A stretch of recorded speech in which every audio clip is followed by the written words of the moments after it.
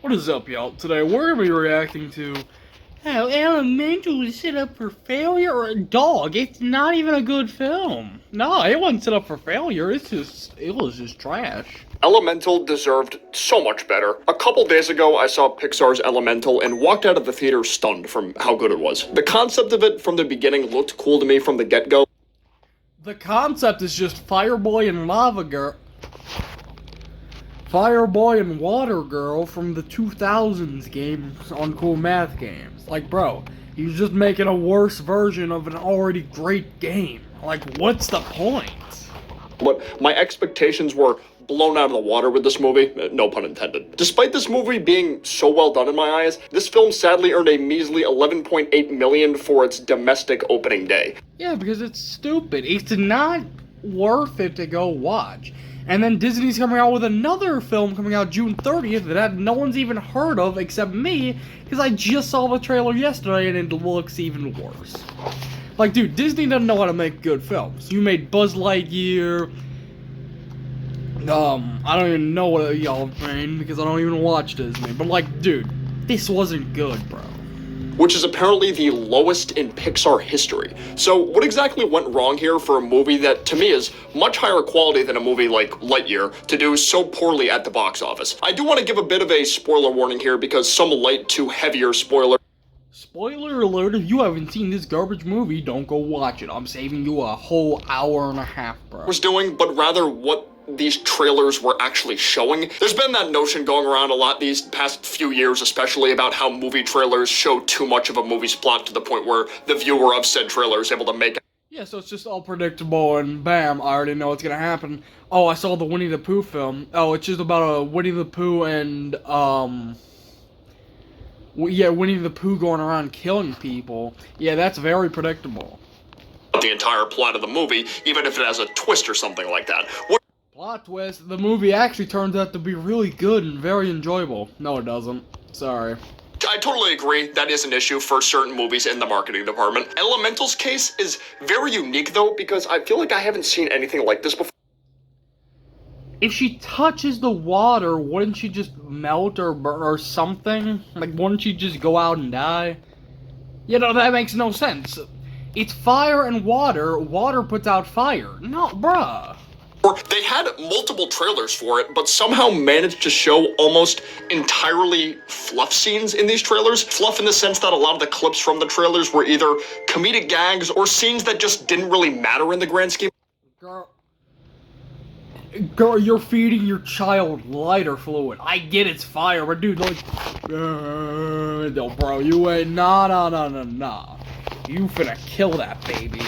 Things like Wade and Ember walking through that fence or Wade eating those hot coals screaming in pain. The comedy in the movie was fine. Because, why is he screaming in pain if it's hot coals? He's water. He cools them down. For that to be such a big focus for these trailers was just not a smart decision in my opinion. I will give the trailers a little bit of credit for sort of covering one of the movie's biggest plot lines of Ember deciding whether or not to take over her father's store. Spoiler alert, I don't know, because I don't remember, because this movie was so stupid I walked out like 3/4 of the way through. Even then, it was covered very briefly to the point where I can see why folks wouldn't find a premise like that super interesting on the surface. The actual movie makes this dilemma Ember is going through a lot more stressful, because her parents, especially her father, went through a lot of pain and struggle to get where they are. These people had their home destroyed by a storm. They went through the Dust Bowl in the 1930s. When does this film even take place in? Because if that's from the 1930s, then this is gotta be older, right? Immigrated to Element City as a result of this home being destroyed. Bernie didn't even get to have a proper goodbye with his own parents because Bernie's father was worried that he was gonna lose his sense of self out there, so he just like kind of disowned his son. Then when he and Cinder actually got to Element City, they seemed to be the first and only fire people actually living there now. This in particular was never flat out confirmed in the film, but there was context clues upon their arrival that made me think this was the case. Like the Grand Central Station area having paintings of the founding elements on the ceiling with fire being the only one not present. Then when they were looking around to rent a place, all the folks they ran into were non-fire folk, which leads into my next point. A good chunk of the other element people that Bernie and Cinder ran into were either afraid of them or just didn't like them solely because they were Oh, so racism's at play. Oh, You're fired? Nah, get away. You're not our friend. No. No, you a racist. You probably want to kill us. You probably want to make us do drugs. You probably want to make us die or something. Nah, bro, this film's racist. It discriminates against fire, bro. Wow. Especially bad. Like, there was a scene where water kids were screwing around in the store, and a flashback that felt very real in terms of a real-life experience somebody could go through. At one point during Ember's childhood, Oh, this film? Yeah, no, I'm right. This film's discriminating.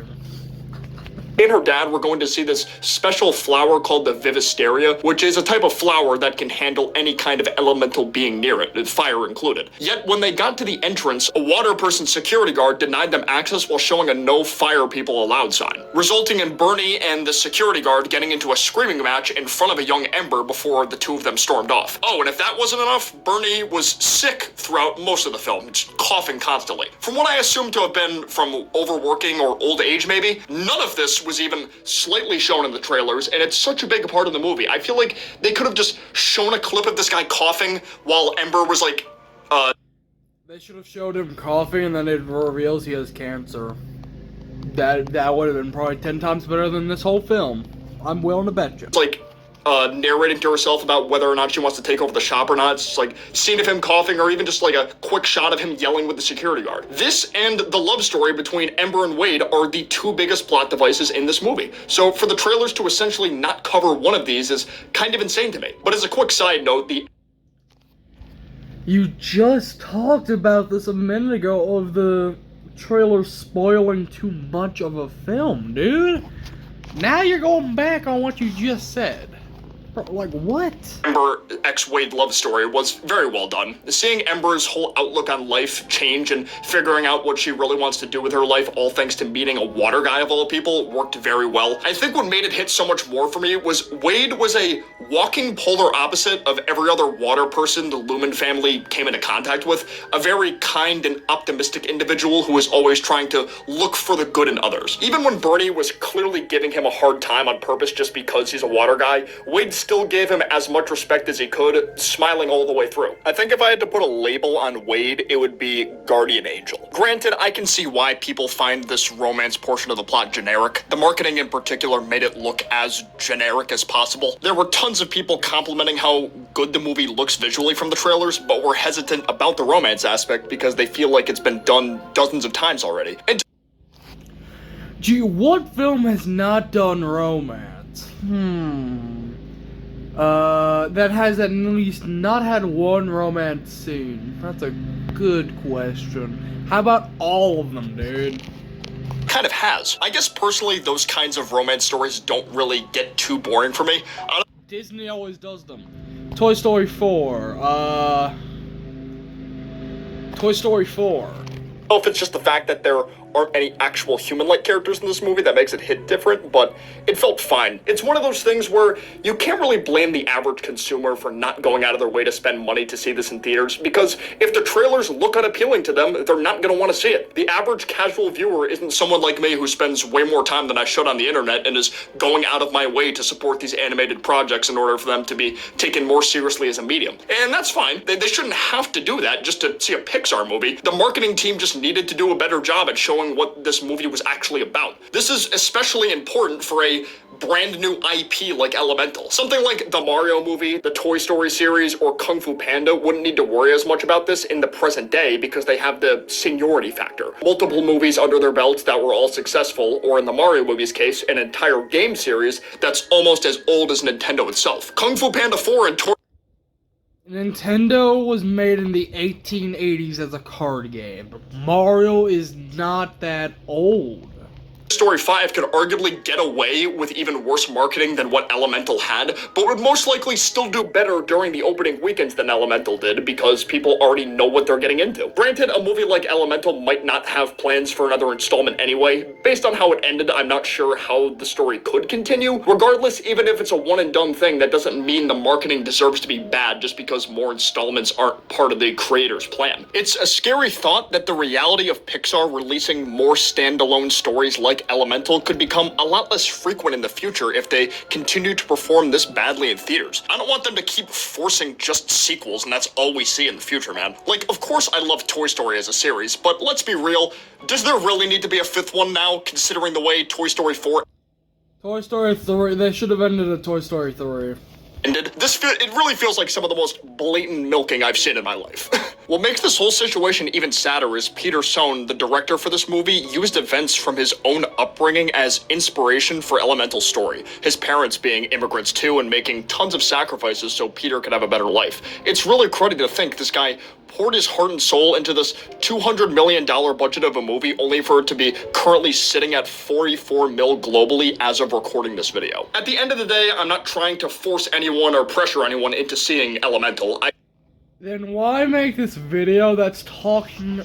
Like, I get it, you're talking about how Elemental flopped, but then you talk about how it flopped, and then people are gonna go see it to go see how bad it is, which then is gonna make the film more money, dude.